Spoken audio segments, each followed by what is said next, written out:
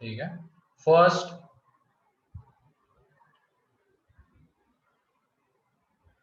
Second, yes sir. Second, ठीक है। देख लो सेकेंड Yes. में ये तो मैंने शायद क्लास में ही लिया था सेकेंड वाला। इसमें जो दो है ना, फर्स्ट एंड सेकेंड, तो सेकेंड वाला अपना क्लास में हो चुका है। फर्स्ट वाला देख लो, यहाँ पे है A intersection B union C का कॉम्प्लीमेंट, ठीक है। एंड फिर उसके बाद इसका इंटरसेक्शन है किसके साथ, बी कॉम्प्लीमेंट के साथ, ठीक है। इसके साथ है, एंड एक और ब्रैकेट लगा हुआ है यहाँ पे बाहर में, एंड उस पूरे का कॉम्प्लीमेंट है यहाँ, ठीक है। तो ये देख लो, पहले यहाँ पे इसकी बात हम करते हैं, कौन सा लॉ लगेगा यहाँ पे, डिस्ट्रीब्यूटिव लॉ लगेगा, ठीक है। या तो वरना ये देख लो, थोड़ी देर के लिए क्या कर लेते हैं, इसको एक सेट मान लो तुम, इस पूरे को एक D set, A intersection union C, A intersection B union C को एक सेट मान लो, डी सेट। तो यहाँ पे D complement intersection B complement का कॉम्प्लीमेंट है।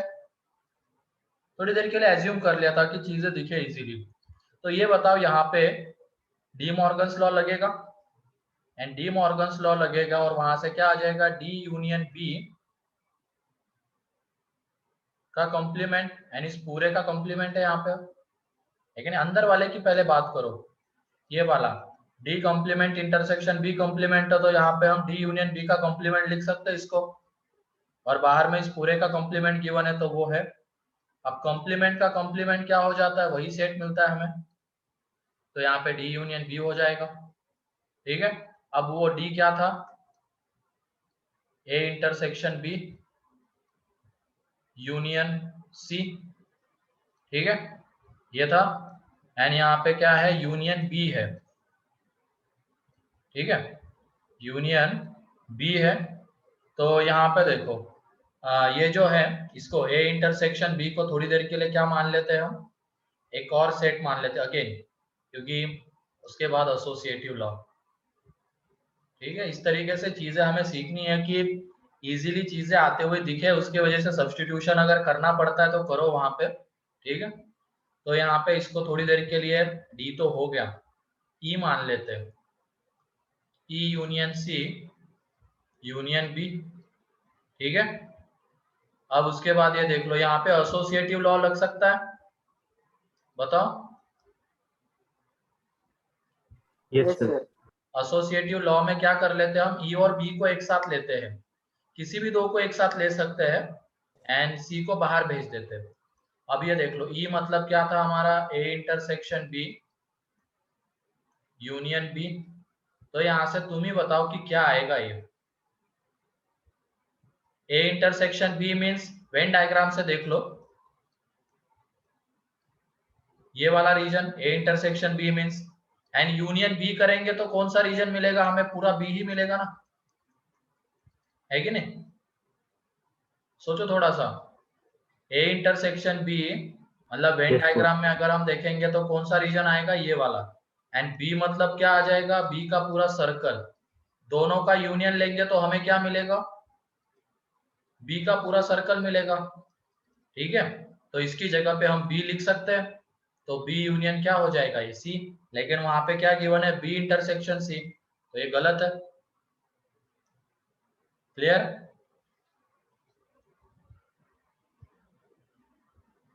Yes sir.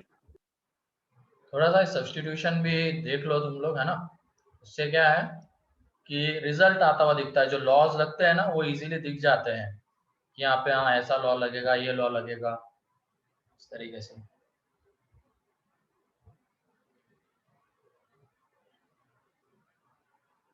फिर थर्ड,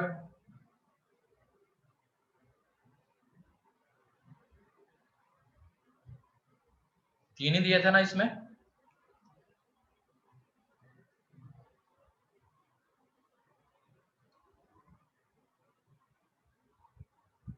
ठीक है। Part two, first,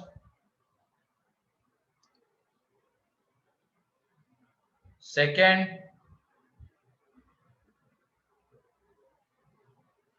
third? Sir second में डाउन। अच्छा सेकंड में डाउट है, ठीक है। पहला वाला तो क्लियर है ना सभी को? रामानुजन नंबर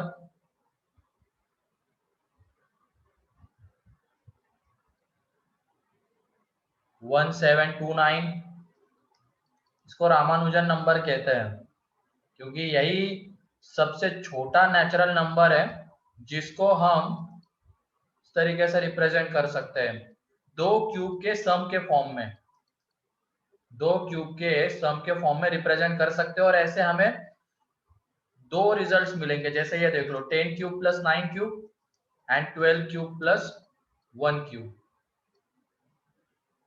ठीक है। ऐसे दो रिजल्ट्स मिलते हैं, मतलब दो तरीके से दो क्यूब के सम के फॉर्म में हम लिख सकते हैं, और यही ऐसा सबसे छोटा नंबर है, इसके वजह से इसको रामानुजन नंबर कहते हैं। फर्स्ट में आता है ये, सॉल्व किया, इसका डाउट ने पूछा, इसका मतलब बन गया तुम लोगों से। सेकंड, अब सेकंड में देख लो, U is the set with a number of elements in it, n of U है यहाँ पे 2009, A is a subset of U with n of A। अब A U का सबसेट है और A में कितने एलिमेंट्स है? 1681। Out of this 1681 elements exactly 1075 elements belongs to set B। क्या यहाँ पे A is a subset of U and n of A कितना है? 1681। out of this 1681 exactly 1075 elements belongs to subset B। तो ये इसका मतलब ये देख लो, एक तरीके से क्या गिवन है? n of A intersection B, क्योंकि 1681 टोटल नंबर ऑफ एलिमेंट्स किसके? A के, एंड उसी में से 1075 एलिमेंट्स किसमें बिलोंग करते हैं? बी में बिलोंग करते हैं। इसका मतलब वो एक तरीके से ए एंड बी के कॉमन एलिमेंट्स है। तो ए इंटरसेक्शन बी कितना है? 1075। फिर उसके बाद हमें गिवन है n of A minus B. तो देख लो n of A minus B, जो डाटा गिवन है उससे क्या आ जाता है? N of A minus n of A intersection B. तो ये देख लो n of A means 1681 minus 1075, यहाँ से ये कितना आ जाएगा? 1 से 5 6, फिर ये कितना? 0, यहाँ पे ये 606 आ जाता है, ठीक है। 606 आ जाएगा, एंड उसको कैसे रिप्रेजेंट करके दिया गया है? m square plus p1 into p2 into p3, and ये p1 p2 p3 distinct prime numbers है। Then for least m, and m में क्या है? पॉजिटिव इंटीजर है। तो देख लो m लीस्ट है, तो शुरुआत देख लो कहां से करेंगे हम उसकी। ऐसे क्वेश्चंस में m लीस्ट है तो 1 लेके चलते हैं पहले, और देखते हैं m को 1 लेने के बाद हमें जो नंबर मिलता है वो 3 प्राइम नंबर्स का प्रोडक्ट होता है क्या, वो देखते हैं हम। तो m की जगह पे हमने 1 ले लिया, तो p1 into p2 into p3 कितना आ गया? 605। अब इसको जब तुम फैक्टराइज करोगे, कोई दिक्कत है क्या?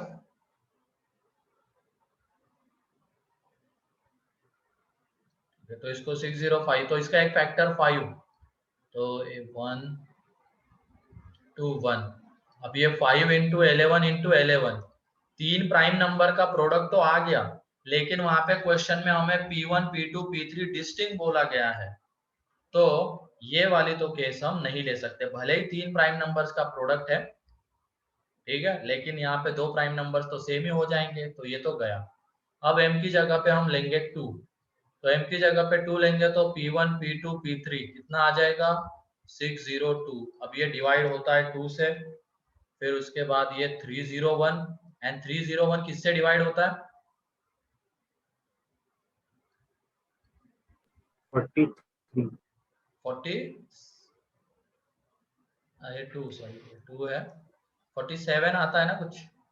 नहीं 47 नहीं, 7 and 7 से देख लेते हैं। 7, हाँ 7 से डिवाइड हो जाता है, 7 से डिवाइड हो जाएगा और आएगा कितना है 7 ये 20। तो आ गया, तीनों प्राइम नंबर्स है, ठीक है, एंड डिस्टिंक्ट भी है। तो ये यही सबसे छोटा m है जिसके लिए ऐसा हो रहा है अब। तो P1 कितना हो जाएगा 2, P2 7 एंड P3 23 एंड वहां पे वो वैल्यू पुट कर दो, ठीक है। क्लियर है ये सेकेंड?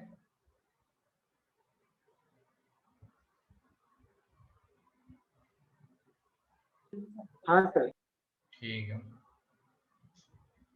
तो थर्ड मतलब एक्सरसाइज 2 में थोड़े अच्छे क्वेश्चंस भी होते हैं।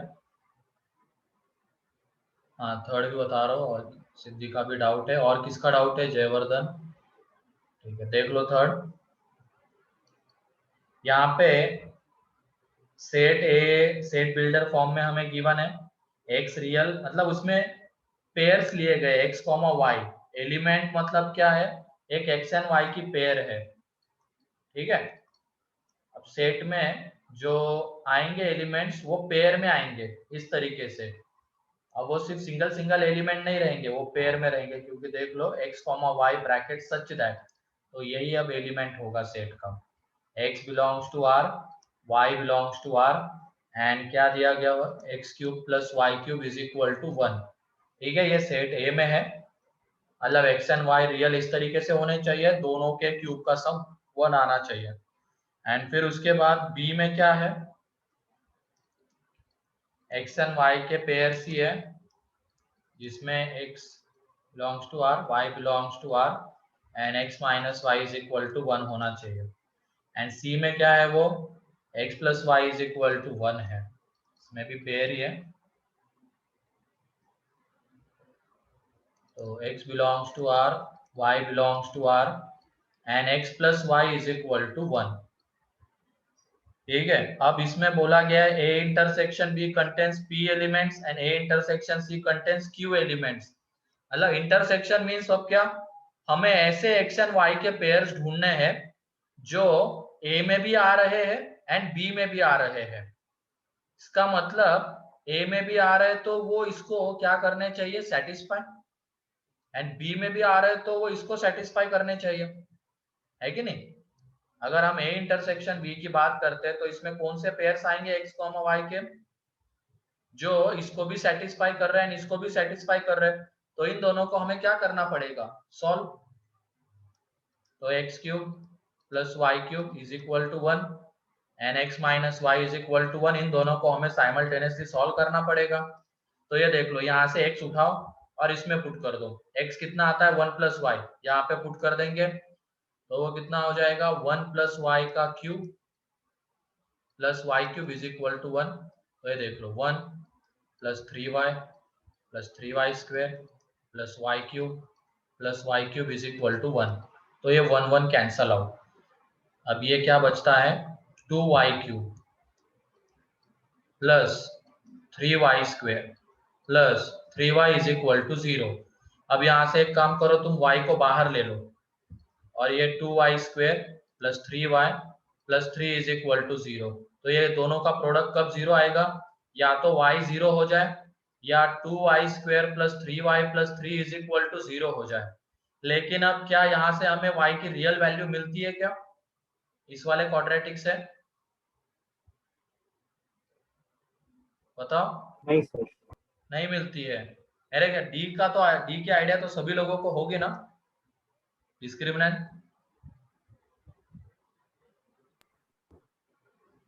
सर पिछले साल पूरा यानी पूरा नहीं पढ़ा है।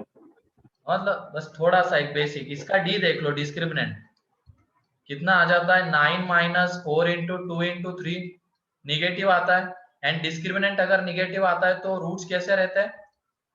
Imaginary. इमेजिनरी। तो यहाँ से हमें y की रियल वैल्यूज मिल रही है क्या? नहीं, लेकिन हमें y तो रियल बोला गया है, ठीक है, x एंड y रियल है, तो ये तो गया, इसका कोई काम नहीं। अब एक तो मिल रहा है हमें y इज इक्वल टू 0, और जब y इज इक्वल टू 0 आएगा तो x कितना आ जाएगा? 1। इसका मतलब a इंटरसेक्शन b में एक ही पेयर मिलती है, a इंटरसेक्शन b में एक ही पेयर होती 1,0। ठीक है, मतलब वो 1,0 इसको भी सेटिस्फाई करेगा एंड इसको भी सेटिस्फाई करेगा। तो ए इंटरसेक्शन बी में नंबर ऑफ एलिमेंट्स कितने हैं 1, तो P इज इक्वल टू कितना हो गया 1। ऐसे ही ए इंटरसेक्शन सी करना है, तो वो देख लो उसमें कौन गया X cube, A intersection C की बात कर रहे हैं अब, X cube plus Y cube तो 1 and X plus Y is equal to 1 है यहाँ पे, तो इन दोनों को साइमल्टेनियसली सॉल्व करना पड़ेगा। ठीक है, कर लोगे अब इसको आगे? Yes, sir. हाँ बोलो शोनो।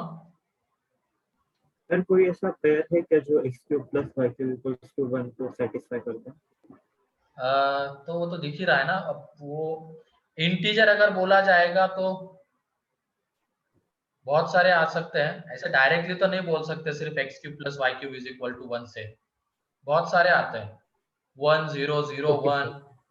ठीक है, इस तरीके के। सर यदि मैंने कल जब किया था तब ट्राई किया पर उससे यानी 1 0 और -1 को छोड़ के कोई दूसरा आ ही नहीं रहा था। एक मिनट, तुम्हारी आवाज कम आ रही है, ठीक है, एक मिनट।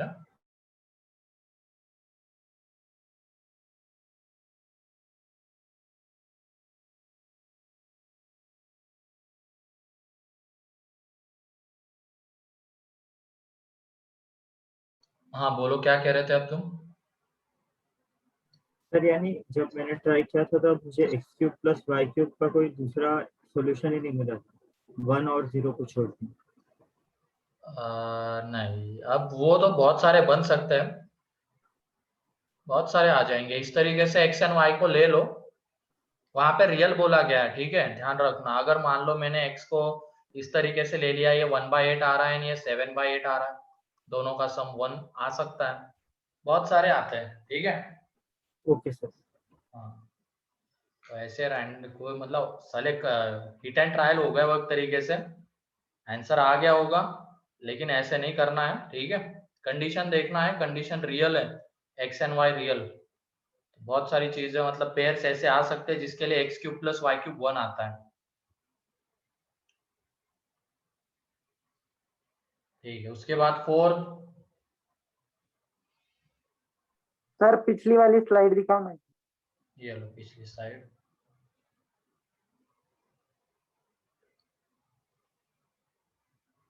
फोर्थ, ठीक है। पार्ट 3 में आ जाते हैं अब। पार्ट 3 में फर्स्ट,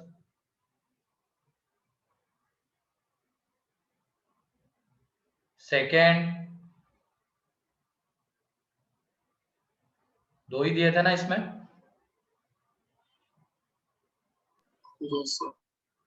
पार्ट 4 में पहला कॉम्प्रिहेंशन,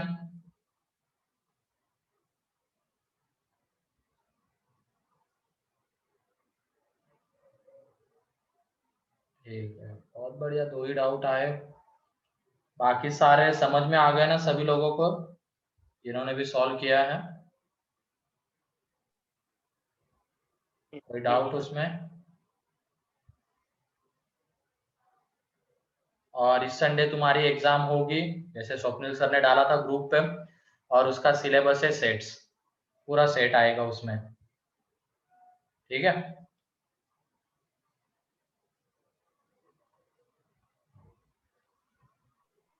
सर हाँ बोलो। सर एक्सरसाइज 2 के पार्ट 1 का जो क्वेश्चन नंबर 4 है उसमें यानी आखिरी में एक इनइक्वालिटी आ रही थी, तो मैंने बेबी कर्व मेथड से किया है, पर कोई और दूसरा नहीं मेथड है क्या उसको सॉल्व करने का? फोर्थ वाला वो हम यस सर। देखेंगे, वे भी कर भी एक सही करना है, और तो कोई मेथड नहीं है, ठीक। Okay sir.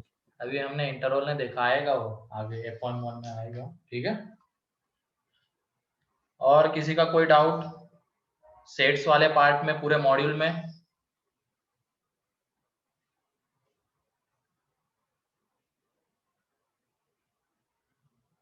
ठीक है, तो उस दिन हम नंबर सिस्टम पढ़ रहे थे, रियल नंबर, वही जो तुम्हारा पहला टॉपिक था 12th का, सॉरी 10th का मैथ्स का, ठीक है, तो वो पढ़ रहे थे। उसमें लास्ट डेफिनेशन कौन सी देखी थी हमने?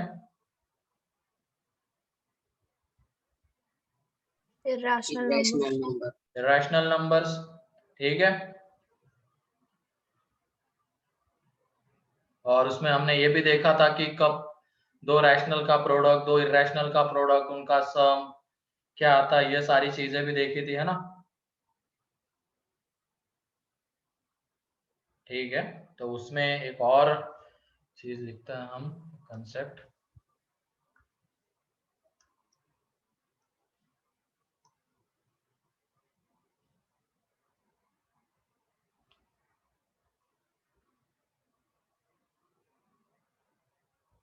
ठीक है, एक नोट करके लिख लो पॉइंट। ये इरेशनल नंबर होता है ना 1+√2, सबको पता है ना ये। तो इसी से रिलेटेड चीजें हैं।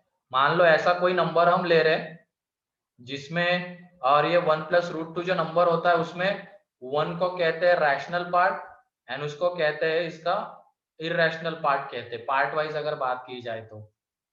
ठीक है, ये रैशनल इरेशनल पार्ट और इरेशनल पार्ट है, ओवरऑल नंबर इरेशनल रहता है। तो ऐसे अगर दो नंबर से a प्लस ये √b एंड c+√d, अगर ये दोनों इक्वल हो रहे हैं, ये उसका ये रैशनल पार्ट, और b मान लो परफेक्ट स्क्वायर नहीं है, तो ये उसका इरेशनल पार्ट, ये रैशनल पार्ट, एंड यहाँ पे A B C D rational लेके चलते हैं हम, ए बी सी डी, ठीक है, रैशनल है। एंड ये बी एंड डी यहाँ पे परफेक्ट स्क्वायर नहीं है, ठीक, ये भी एक चीज है। तो ये रैशनल, ये इरेशनल पार्ट है पहले वाले नंबर का, दूसरे में ये रैशनल ये इरेशनल। अगर ये दोनों इक्वल हो रहे हैं तो इसमें रैशनल को रैशनल के साथ इक्वेट करना है एंड इरेशनल को इरेशनल के साथ इक्वेट करना है, तभी जाके ये पॉसिबल होगा। ठीक है, अदरवाइज ये पॉसिबल नहीं होगा। ठीक है,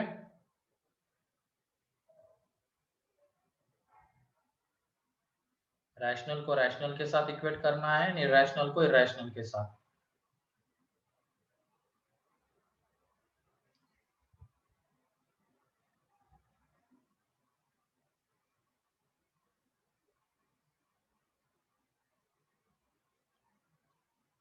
अच्छा क्वेश्चन बनता है इसके ऊपर भी, देखेंगे हम। पहले सारा वो थ्योरी पार्ट देख लेते हैं नंबर सिस्टम का, उसके बाद आते हैं रियल नंबर्स। रियल नंबर्स,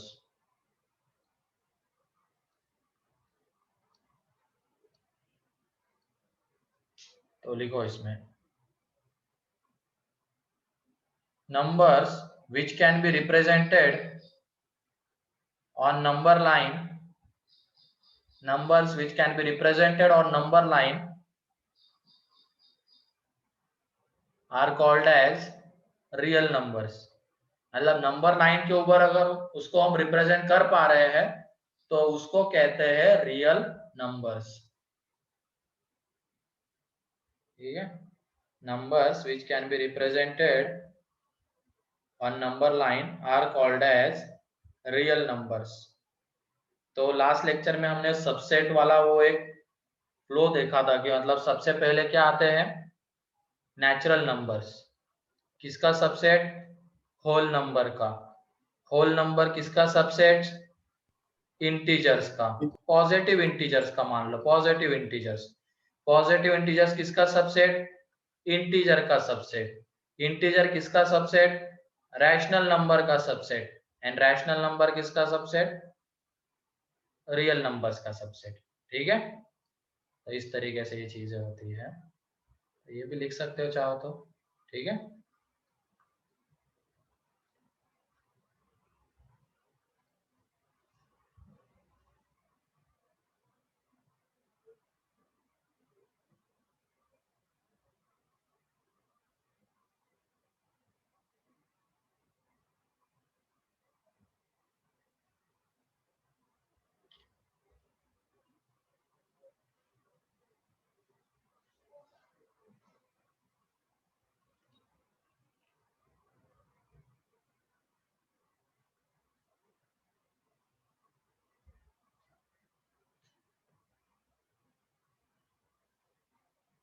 हो गया।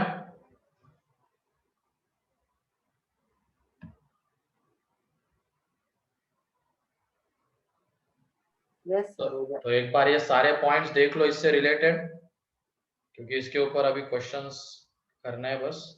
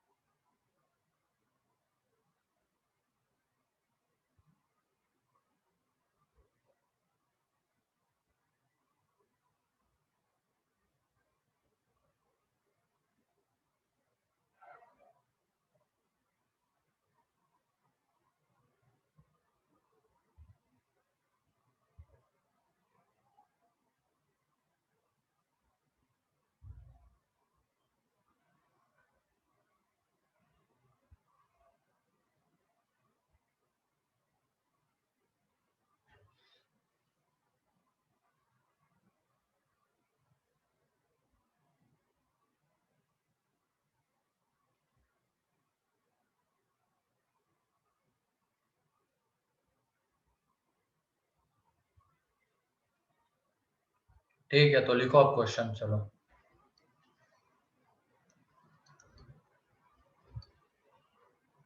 A and B are two prime numbers. A and B are two prime numbers such that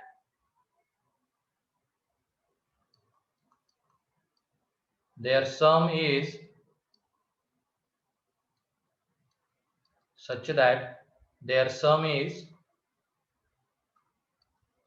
73.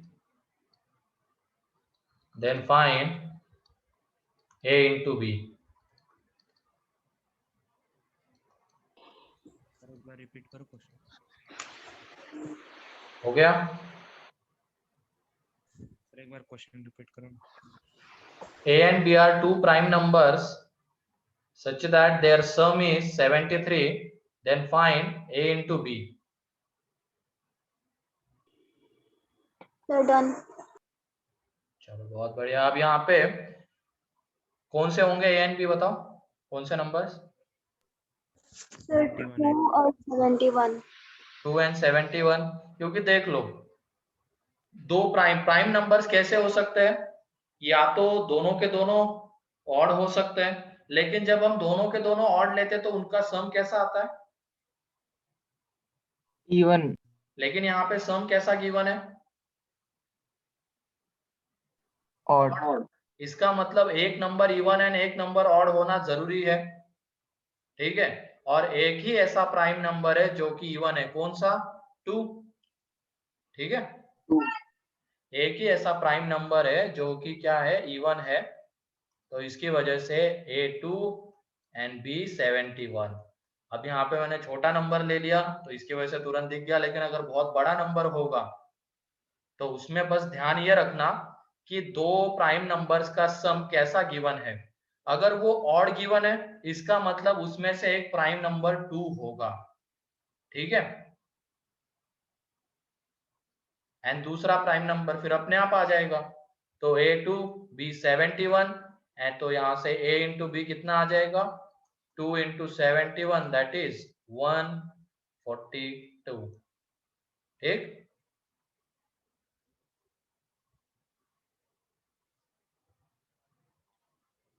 Clear है ये?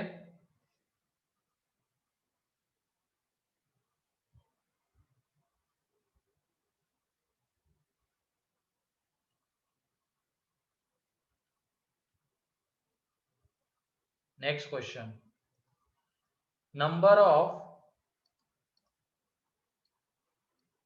कंपोजिट नंबर्स, जल्दी जल्दी करना ये, number of composite numbers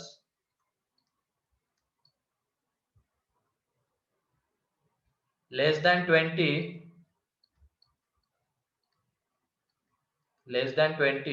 which are co-prime with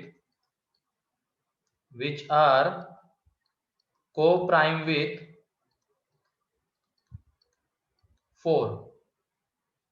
number of composite numbers less than 20 which are co-prime with 4. क्या आते हैं बताओ, कितने आते हैं?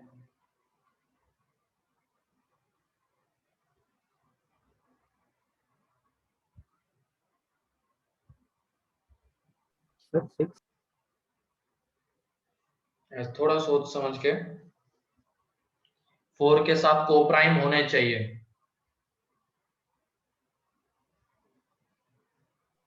और कंपोजिट नंबर्स होना जरूरी है।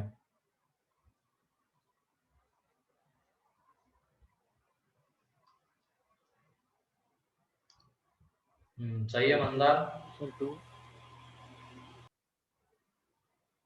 नहीं सिद्धि, ज्यादा हो गया ये, थोड़ा सोचो। को प्राइम विथ 4, 2, हाँ सही है, 2 आंसर दे रहे सब लोग, सही है ये, ठीक है। अब वो कंपोजिट होने चाहिए, तो 20 से छोटे में कंपोजिट नंबर्स कौन से? 4, 6, 8, 9, 10, 12, 14, 15, 16, 18, ठीक है, इतने आ जाएंगे। एंड वो 4 के साथ को प्राइम होने चाहिए, इसका मतलब 4 को अगर हम उस नंबर के साथ रखते हैं तो दोनों का HCF कितना आना चाहिए? 1। तो ऐसे सिर्फ 2 ही नंबर बचते हैं, फिर कौन से? तो वो है 9 एंड 15। लेस देन 20 में यही 2 नंबर है जो कि कोप्राइम मतलब कंपोजिट भी है एंड 4 के साथ कोप्राइम भी है। तो इस क्वेश्चन का आंसर है 2, ठीक है। एक्स्ट्रा कौन सा निकाल दिया था तेजस तुमने? सिद्धि ने तो 6।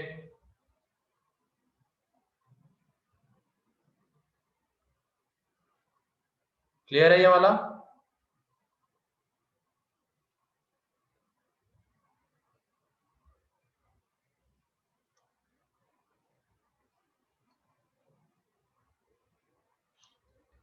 बाकी अगर लेस देन 20 में कोई भी प्राइम नंबर लोगे और उसका 4 के साथ HCF लोगे तो वो 1 नहीं आता है, 2 आएगा, मतलब 2 ही आएगा ज्यादा से।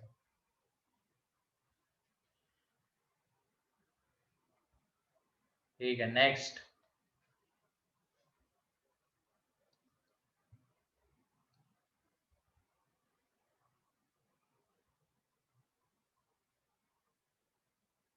Late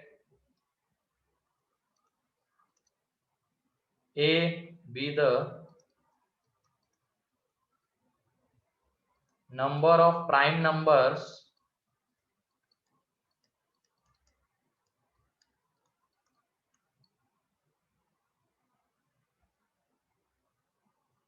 less than A be the number of prime numbers less than 100 या less than 1000, less than 1000 and B be the number of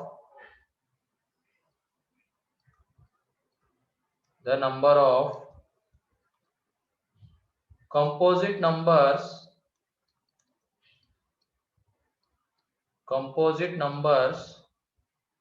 less than 1000, 1000 से छोटे कंपोजिट नंबर्स का नंबर है B। देन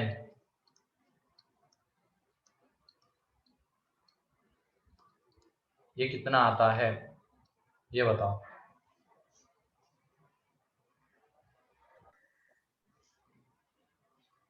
थोड़ा सोच समझ के बताना, लॉजिकली सोचो थोड़ा।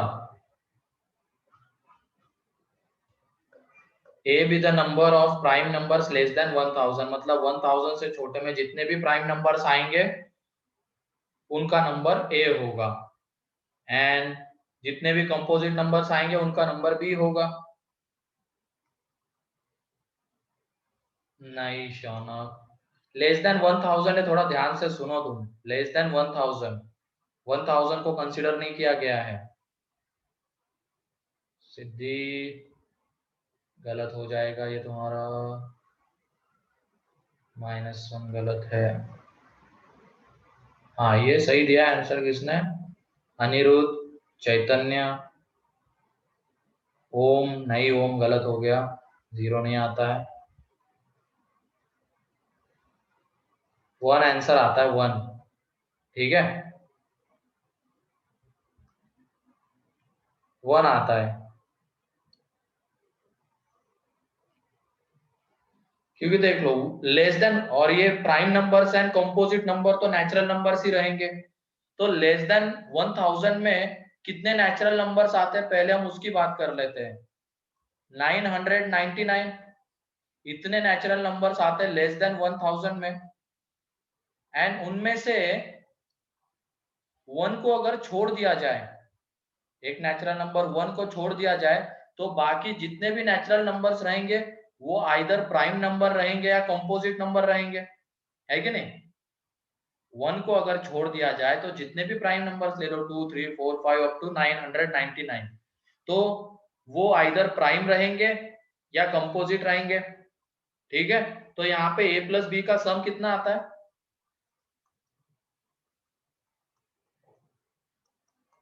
998, क्योंकि 1 छोड़ दिया जाए, 1 लेस देन 1000 में टोटल नेचुरल नंबर्स कितने? 999। ठीक, उसमें से 1 को छोड़ दिया जाए तो बचे हुए जितने भी नंबर्स है वो आइदर प्राइम रहेंगे या कंपोजिट रहेंगे। इसका मतलब a प्लस बी 999 आएगा, वहां से 999 ये 98 आएगा, एंड उसमें से फिर ये कर देंगे तो कितना आ जाएगा? 1। क्लियर है क्यों? किसी को Yes, sir. डाउट इसमें?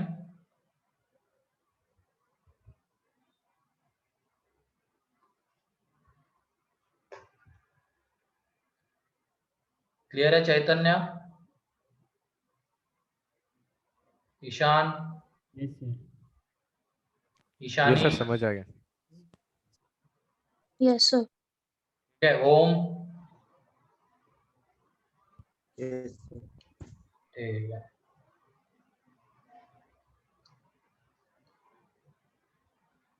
और मैं अगर यहाँ पे लेस देन और इक्वल टू बोलता तो आंसर कितना आता? लेस देन और इक्वल टू 1000?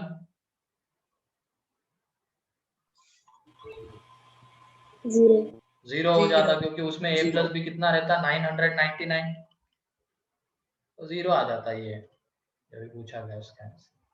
अब कितना भी बड़ा नंबर दे दो, यहाँ पे मान लो 10,000 लिखा हुआ है, a with the number of prime numbers less than 10,000 and b with the number of composite numbers less than 10,000, तो 9,999 माइनस a माइनस b 1 आता है।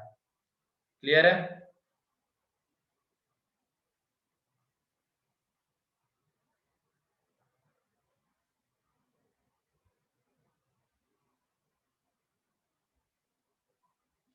ठीक है, तो आगे बढ़ते हैं अब।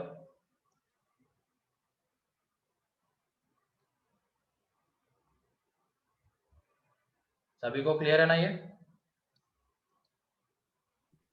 Yes, sir. ठीक है, नेक्स्ट अब लिखो, ये जल्दी से कर भी लोगे तुम। रिप्रेजेंट या express following number in the form of p by q। Represent following number in the form of p by q। तो पहला है 0.18 बार। मेरे ख्याल से अब ये क्लियर होगा बार मतलब क्या होता है सभी को? ये क्लियर है ना, बार मतलब इसका मीनिंग क्या होता है? Yes, sir. मतलब सभी को पता है, क्लियर बोल रहा हूँ, सभी को पता है क्या? Yes sir. हाँ ठीक है, तो चलो फिर उसके बाद 0.16 बार।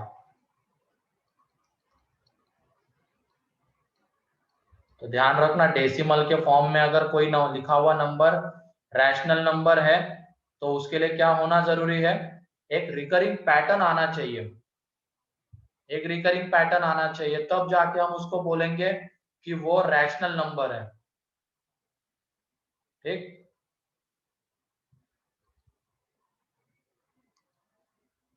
जैसे यहाँ पे रिकरिंग, ये बार रिकरिंग पैटर्न के लिए होता है, मतलब इसमें 181818 इस तरीके से रिकरिंग है। तो फिर यहाँ पे 1 के बाद 66666 चलता चला जाएगा।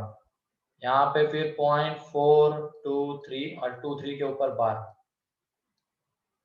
तो इसको हमें रिप्रेजेंट करना है पी बाई क्यू वाले फॉर्म में। ये तीनों रैशनल नंबर्स है, इसको पी बाई क्यू वाले फॉर्म में रिप्रेजेंट करना है। सर हो गए। हो गया, चलो बढ़िया है। हाँ सही है, पहला तो सही है, मंदार का सभी ग्रोह का आ गया। ठीक है, सेकेंड थर्ड जल्दी से बताओ।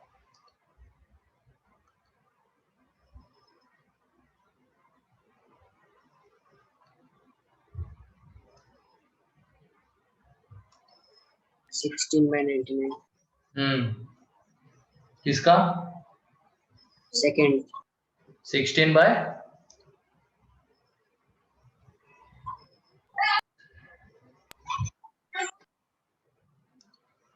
सेकेंड, पहले का हाँ सही है, 2/11 सही है। चलो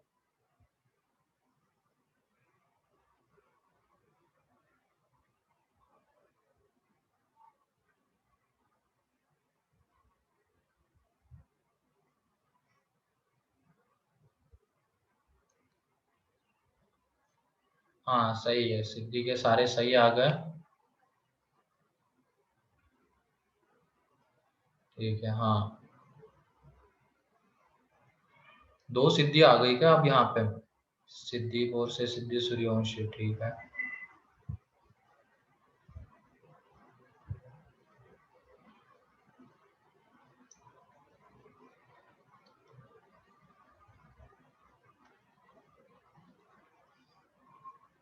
सही है चैतन्य, पहला तो सही है, दूसरा गलत है तुम्हारा चैतन्य। हाँ सही है ओम, पहला स्मेरा, तीनों सही है। हाँ सेकेंड का 1/6, हाँ वो गलती से हो गया होगा ओम, 1/6 आता है। हाँ सही है ईशानी, पहले का।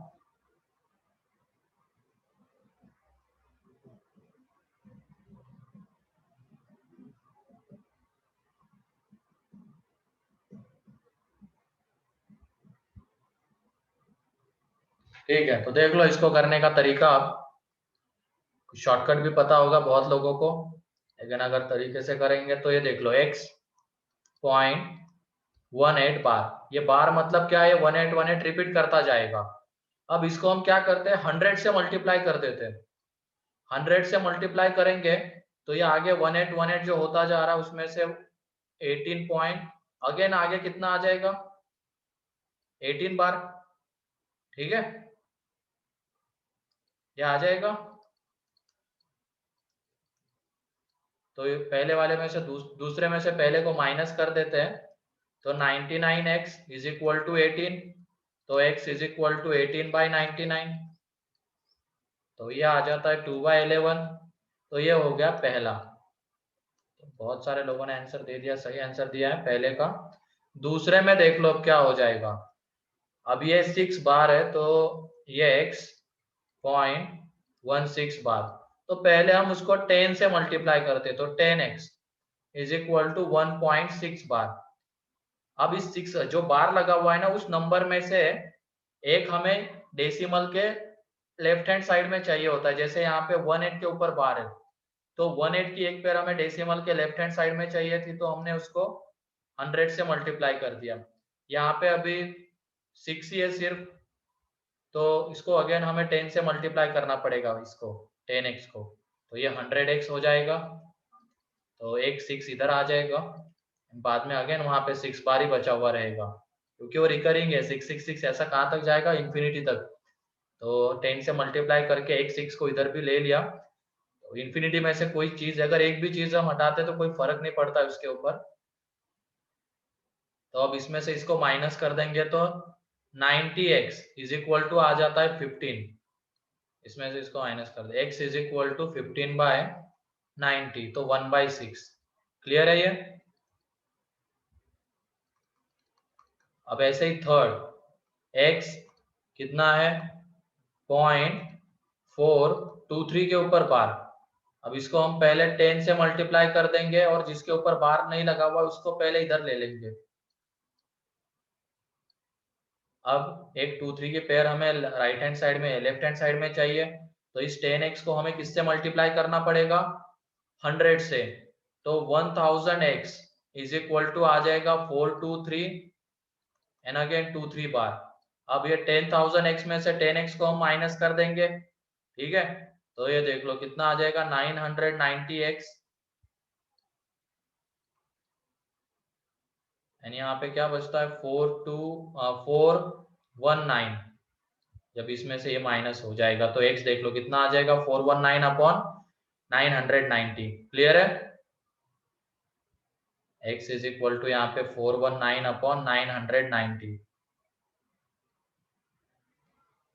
किसी को कोई डाउट इसमें?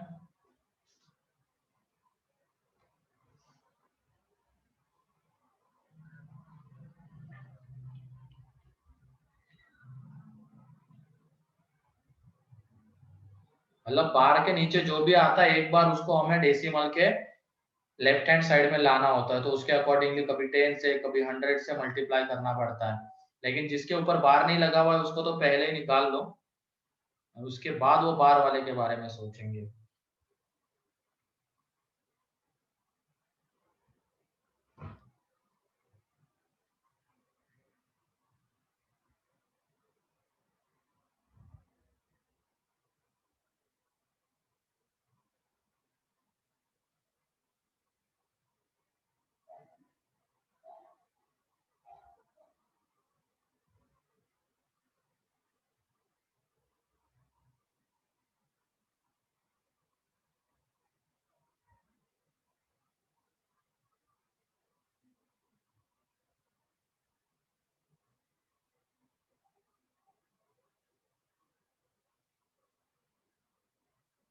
हो गया ये।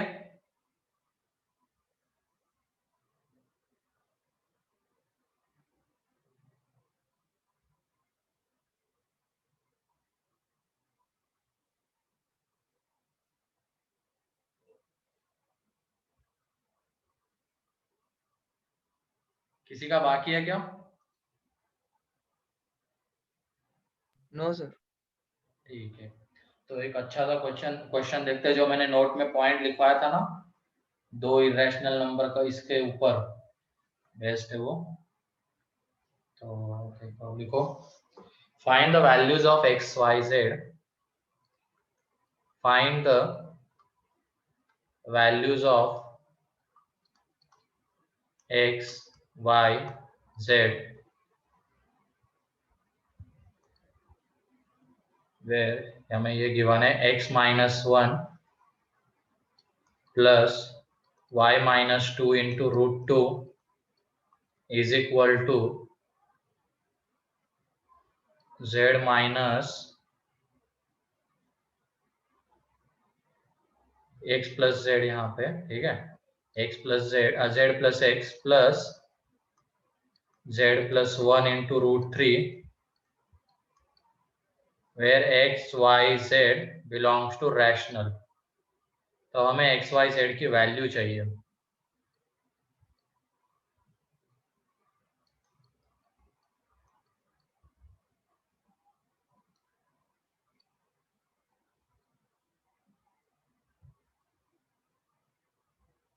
सोचो तो थोड़ा और बताओ।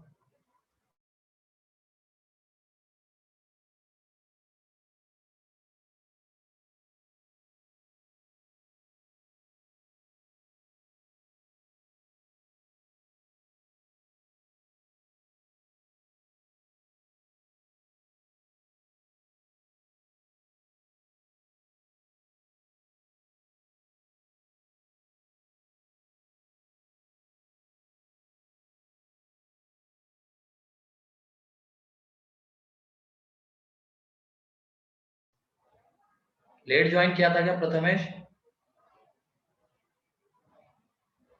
प्रथमेश आभाड़े, क्योंकि यहाँ पे अब्सेंटी में नाम आ रहा है तुम्हारा और तुम यहाँ पे प्रेजेंट हो।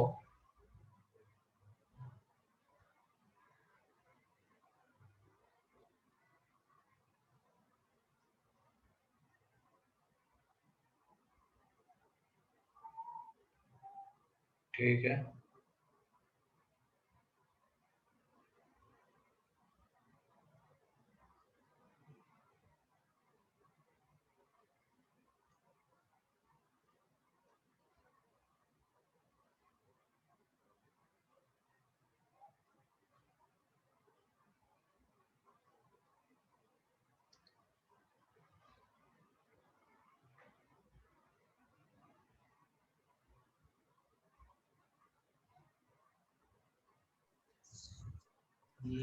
नहीं सोचो थोड़ा सा। y की वैल्यू तो चलो सही बता रहे हो, लेकिन x एंड z की वैल्यू, सिद्धि मंदा, देखो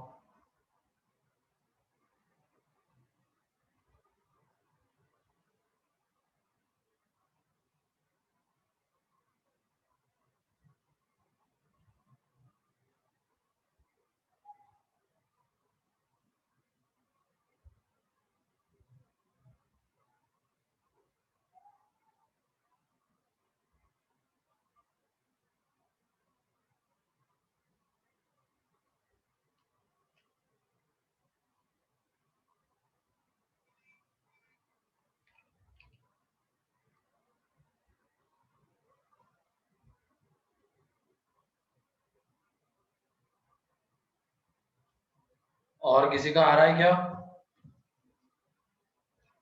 नहीं ओम, हाँ आप सिद्धि सही है। y तो चलो 2 सही है, लेकिन z3 कहाँ से? यहाँ पे देख लो, चलो एक चीज और, उसमें और एक पॉइंट ऐड कर लो तुम। ये जो लिखा हुआ है ना, एक पॉइंट तो चलो ये है ही सही, दूसरा पॉइंट और एक ऐड कर लो। यहाँ पे a into √2 and b into √3 है, एंड a एंड b दोनों रैशनल है। तो ये बताओ ये कब पॉसिबल होगा? ये √2 का मल्टीपल इज इक्वल टू √3 का मल्टीपल हो जाएगा एक तरीके से। ये कब पॉसिबल होगा?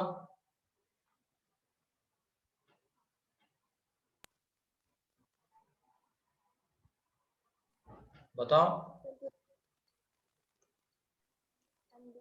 √2।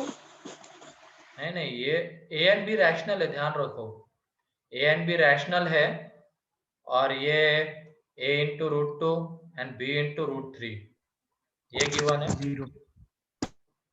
कब होगा ये possible? and b is equal to 0। जब दोनों a एंड b 0 हो जाएंगे तभी ये पॉसिबल हो पाएगा। अगर ये नॉन जीरो होते हैं ना, तो ये कभी इक्वल नहीं आएंगे, क्योंकि फिर ये √2 का √2 के मल्टीप्लीकेशन में आएगा, और ये √3 के रैशनल नंबर्स, तो वो कभी इक्वल नहीं हो सकते हैं। बस एक ही केस में इक्वल होंगे, जब a एंड b दोनों के दोनों 0 हो जाएंगे। लेकिन इसके लिए हाँ, a एंड b का रैशनल होना जरूरी है। अगर a एंड b रैशनल नहीं है तब तो ये इक्वल आ ही सकते हैं, a √3 b √2 ले लेंगे। लेकिन अगर a एंड b रैशनल है तो एक ही पॉसिबिलिटी है, जब ये इक्वल होंगे a b 0। ठीक है, तो ये भी एक पॉइंट वहां पे ऐड कर लो। तो इन दोनों के कॉम्बिनेशन से वो क्वेश्चन सॉल्व होगा। यहाँ पे देख लो, अब ये वाला, ये कैसा पार्ट है? लेफ्ट हैंड साइड में जो नंबर है उसका, ये x-1 रैशनल पार्ट है कि नहीं? एंड ये उसका कहलाएगा इरेशनल पार्ट। जो राइट हैंड साइड में नंबर है उसका ये रैशनल पार्ट है, एंड ये इरेशनल पार्ट है। तो जब हम इक्वेट करेंगे दोनों को, तो रैशनल के साथ इक्वेट करते हैं। ठीक, तो यहां से z इज इक्वल टू 1 आ जाएगा, इन इरेशनल को इरेशनल के साथ।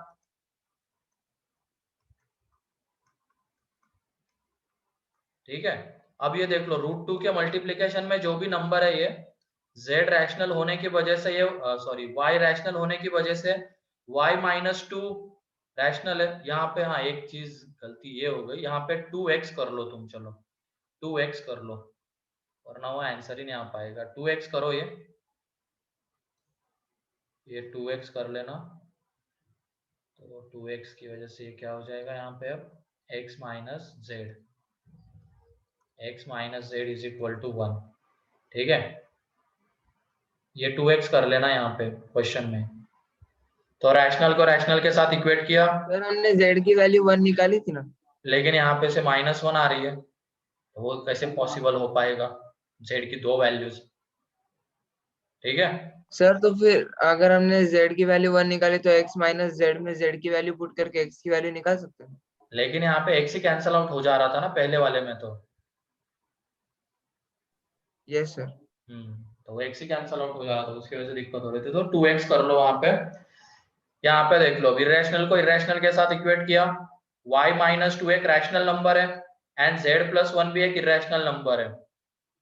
तो ये एक तरीके से यहाँ पे √2 का मल्टीप्लीकेशन है √3 का। ये कब पॉसिबल होगा, जब √2 का कोएफिशिएंट भी 0 होगा एंड ये √3 के मल्टीप्लीकेशन में जो आ रहा है वो 0 होगा, तभी ये पॉसिबल हो पाएगा, अदरवाइज नहीं। ठीक है, तो हमने इसको 0 कर दिया, तो y is equal to 2, z is equal to -1 and z is equal to -1 है, तो x इज इक्वल टू कितना 2। ठीक है, क्लियर है? सर x की वैल्यू 2 कैसे होगी? बोलो क्या कह रहा है? सर x की वैल्यू 2 नहीं आएगी? 2 क्यों नहीं आएगी, क्योंकि z -1 है ना। अच्छा 0, सॉरी कैलकुलेशन मिस्टेक, x की वैल्यू 0 आएगी क्योंकि ये माइनस माइनस तो 0 आएगी। ठीक है, तो ये कंसेप्ट तो क्लियर है इसके पीछे का।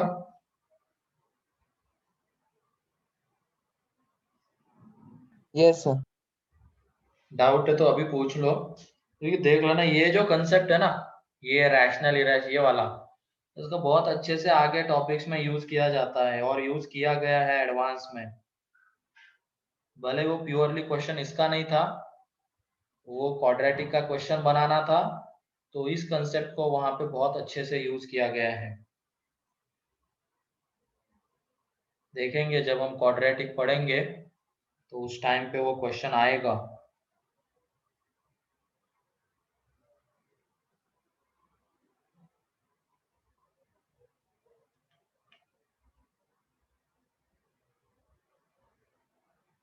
एडवांस ऐसे ही फंसाता, मतलब जो बेसिक टॉपिक्स रहते हैं उनमें से एक कंसेप्ट उठाता है एंड क्यों मान लो उसको अगर ट्रिगो का क्वेश्चन बनाना है, सीक्वेंस सीरीज का क्वेश्चन बनाना है, तो उसके साथ मिक्स कर देता है। इसकी वजह से ये भी पढ़ना आना जरूरी होता है, तभी जाके वो क्वेश्चन बनता है। मान लो तुमने सीक्वेंस सीरीज पढ़ लिया और इधर नहीं किया कुछ अच्छे से, तो वो क्वेश्चन ही नहीं बन पाता है, भले ही तुमने सीक्वेंस सीरीज के कितने भी टफ क्वेश्चंस कर लिए हो।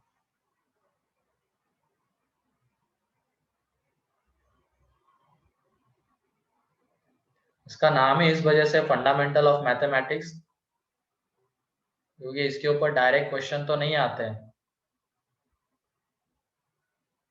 कल के एक्सरसाइज के क्वेश्चंस मेंस लेवल के थे क्या, कौन से जो अभी हमने डिस्कस किया आज, वो क्या वो एडवांस ही माना जाएगा? मेंस में ऐसे थोड़ी आता है, मेंस में तो चिल्लर चिल्लर से क्वेश्चन पूछ रहे हैं। मेंस निकालना कोई बड़ी बात नहीं है, जो अपने पढ़ाई में रेगुलर रहेगा, कंसिस्टेंसी रखेगा, प्रॉपर टाइम मतलब रिवाइज करेगा टाइम टॉपिक इंटरवल में, मतलब उसको ऐसा नहीं होने देगा कि 4 महीने उस टॉपिक को रिवाइज ही नहीं किया, इस तरीके से नहीं होना चाहिए। टाइम टू टाइम अगर वो रिवाइज करेगा पीछे के टॉपिक्स, तो बहुत अच्छे से हो जाता है उसका। में इसमें तो कोई दिक्कत नहीं आती है। थोड़ा इंट्रो मेंस एडवांस का मेरे ख्याल से आइडिया तो होगी तुम लोगों को, या नहीं है? इंट्रो इन द सेंस कैसे बोल रहे हो तुम? पैटर्न, क्योंकि पैटर्न ही है क्वेश्चन, तो यहाँ पे मैं बता ही दूंगा कि कौन सा एडवांस का कौन सा इसका, किस तरीके से क्वेश्चन सेट होता है। चलो नेक्स्ट लेक्चर में करते हैं, अभी टाइम भी हो रखा है अपना, ठीक है, तो उस टाइम पे बता दूंगा। वैसे ये सारी चीजें क्लियर होनी चाहिए तुम लोगों को।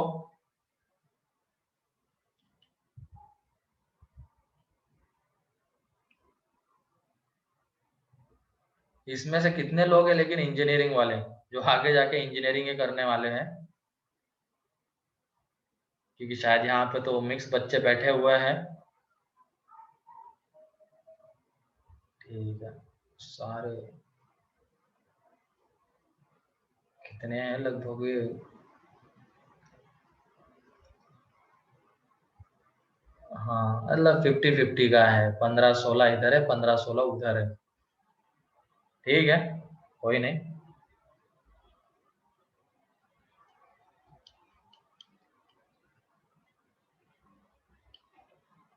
तो ये क्वेश्चन क्लियर है सभी को?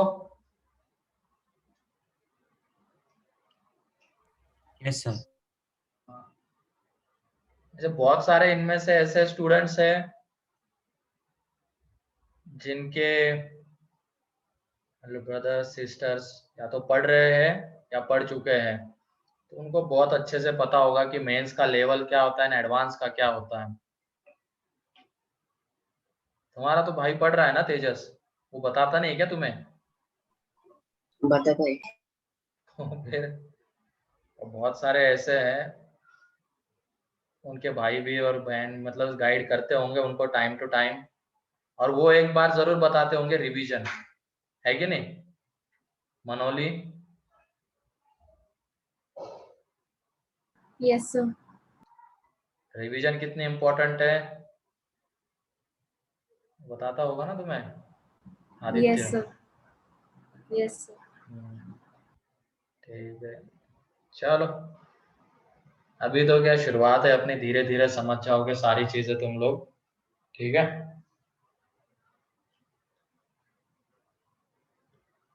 ठीक है, एक आध और एग्जांपल ले लेते हैं, टाइम है 6 मिनट है हमारे पास।